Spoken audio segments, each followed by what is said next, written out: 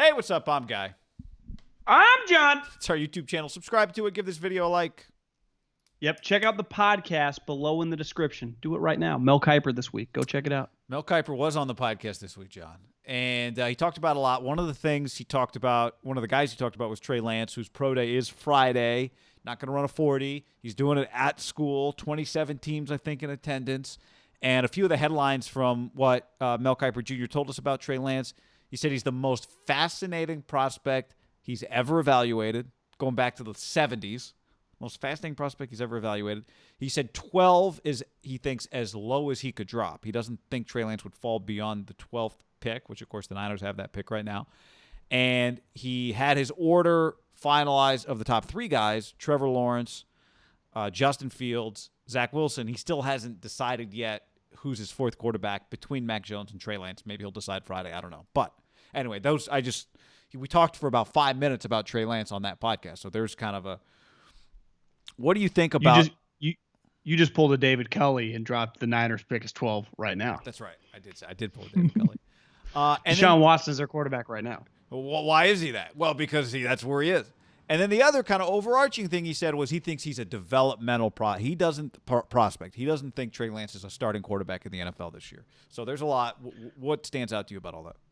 Yeah, to me, we in the draft, having been in these meetings, still talk to these guys, they always use previous picks. And Mel is great because he talks just like a scout, just like a college director. And he just bases things. He's unique because he can go back to the 70s, but he's good despite being an older guy that knows the league. He just sticks to like recent memory. Like he'll just Herbert, Allen, guys that just on the top of everyone's head. Well, think about last year. We had three quarterbacks, all became starters, and the only reason Tua didn't start immediately is because he was injured. If Tua had been healthy, he would have been a starter day one. Three guys, top six, starters. Obviously, took one guy to get a punctured lung, but Herbert, best thing that ever happened to the Chargers was that punctured lung. Thank God Tyrod's okay. Then there was another guy that went in the late 20s who was physically really gifted, who has more quote-unquote physical tools than Tua. He can run, he's got a huge arm, but he's just a major project. What happened to him? Went in the late 20s. Couldn't win a backup job. When I see now Trey Lance more accomplished given his 1 year was successful, where Jordan Love's, remember his stats actually had a lot of parallels to like Josh Allen. It was like, God, he wasn't accurate. It didn't go well. But he was similar in that the year prior, like his second year was better than his third year, right? Jordan Love. Yeah. But he went in the late 20s, and what happened to him? He wasn't even a backup quarterback this year. Tim Boyle, who I would imagine most people watching or listening to this could not point out of a lineup, Tim Boyle. He was the backup quarterback for the best team in the NFC. Jordan Love, remember there were reports in training camp, he was skipping balls. It didn't get any better. He's not, because that's what a project is. When we were growing up, projects were normal. I would say they're not very normal right now. And the Packers took a lot of shit for that. So from what I've heard, people have problems with his release. It's a little hitchy, but he's like physically gifted, like Jordan Love. Under no circumstances in today's modern game, to me, can you take a project in the top 15. This guy reads like a late 20s, early 30s type pick.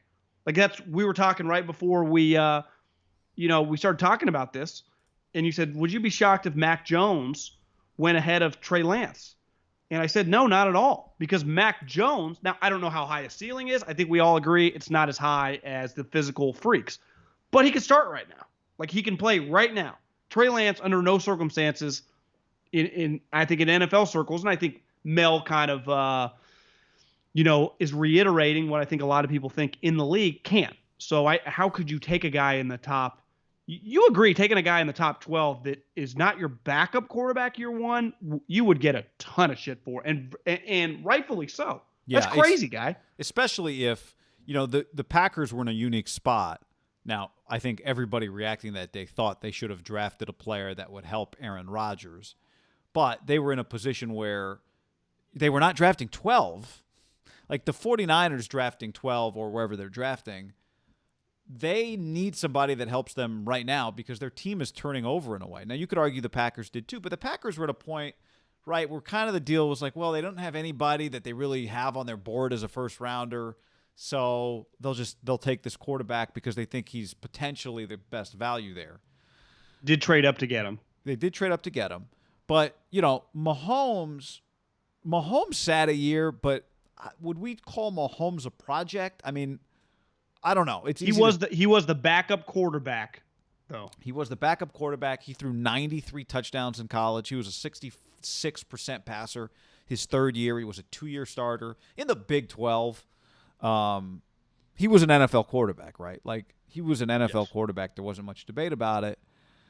So I'm with you. I don't think you could draft a project, a guy that's 2 years away. Because when you say developmental, that doesn't feel like 1 year away. Because it doesn't feel like Jordan Love's 1 year away. Was Jordan Love a lock to be the backup quarterback this year? I mean, there'll be a lot of shit if he's not, but I wouldn't say he's a lock. And if he's not, I don't know how you could be confident that he'd ever become a starting quarterback. The Niners could not do that. This is coming at a time, to your point, you said it, Mel said it when we talked to him. No, you're right. The Niners couldn't do that.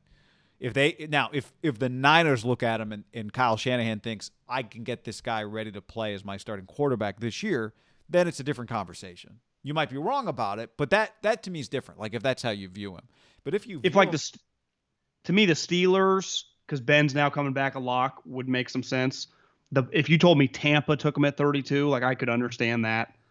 Like, that something where it's just like, yeah, he could easily be the third stringer and no one would even care. You would argue, like, we're trying to win a Super Bowl this year. You got Ben. You're trying to. Well, I know, but they've nailed so many picks. They're bringing all these guys back. Brady. That's true. You could get the guy around Brady. I actually think they make the most sense if you like them. But I think, to go back to your point and Mel's point, that developmental quarterback is kind of an older phrase and an older way to think of guys.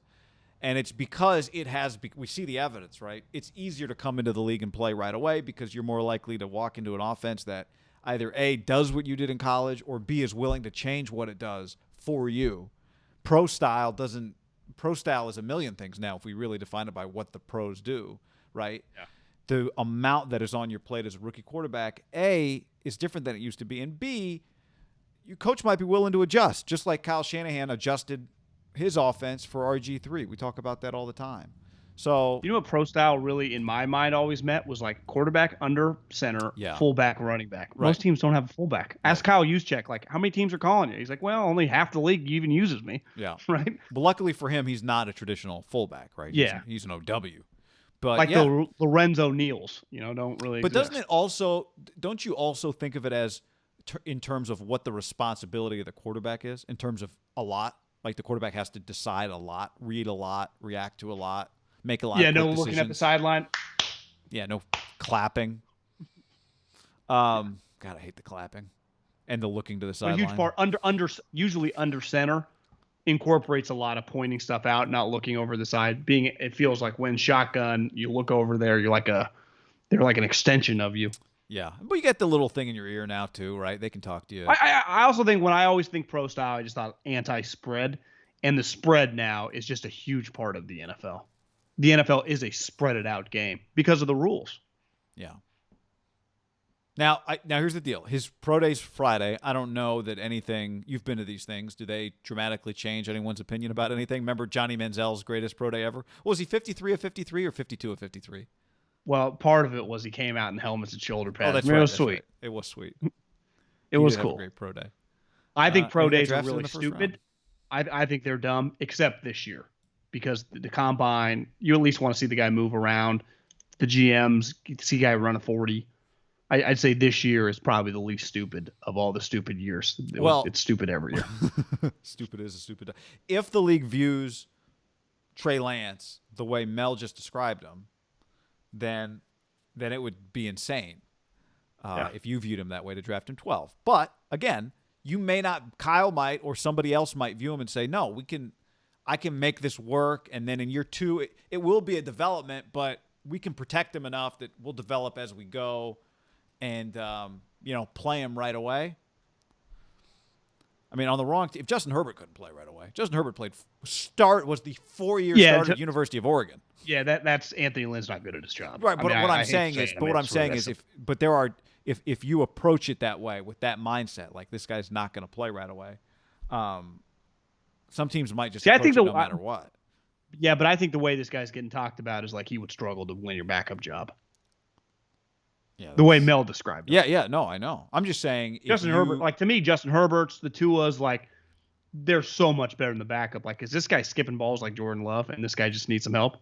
That would be the question mark. It's hard to know. Like He Mel played said, one like game this year. a large percentage of his games, he's in the 50s. I know against he's lower level comp. But if I'm Trey Lance's sponsor, I would say, "Oh, guys, he's so much better than 2019 now. That's a year and a half ago. He's made great improvements since then." And I'd be like, "Yeah, he played in one game." And it didn't go well. I mean, who doesn't have a bad game? Trevor Lawrence had a bunch of bad. Trevor Lawrence had a bad game. No, I know. But when you only get one bite at the apple and you bite the middle of the pit, it sucks. It's a big bite. It is. There's already been some bites.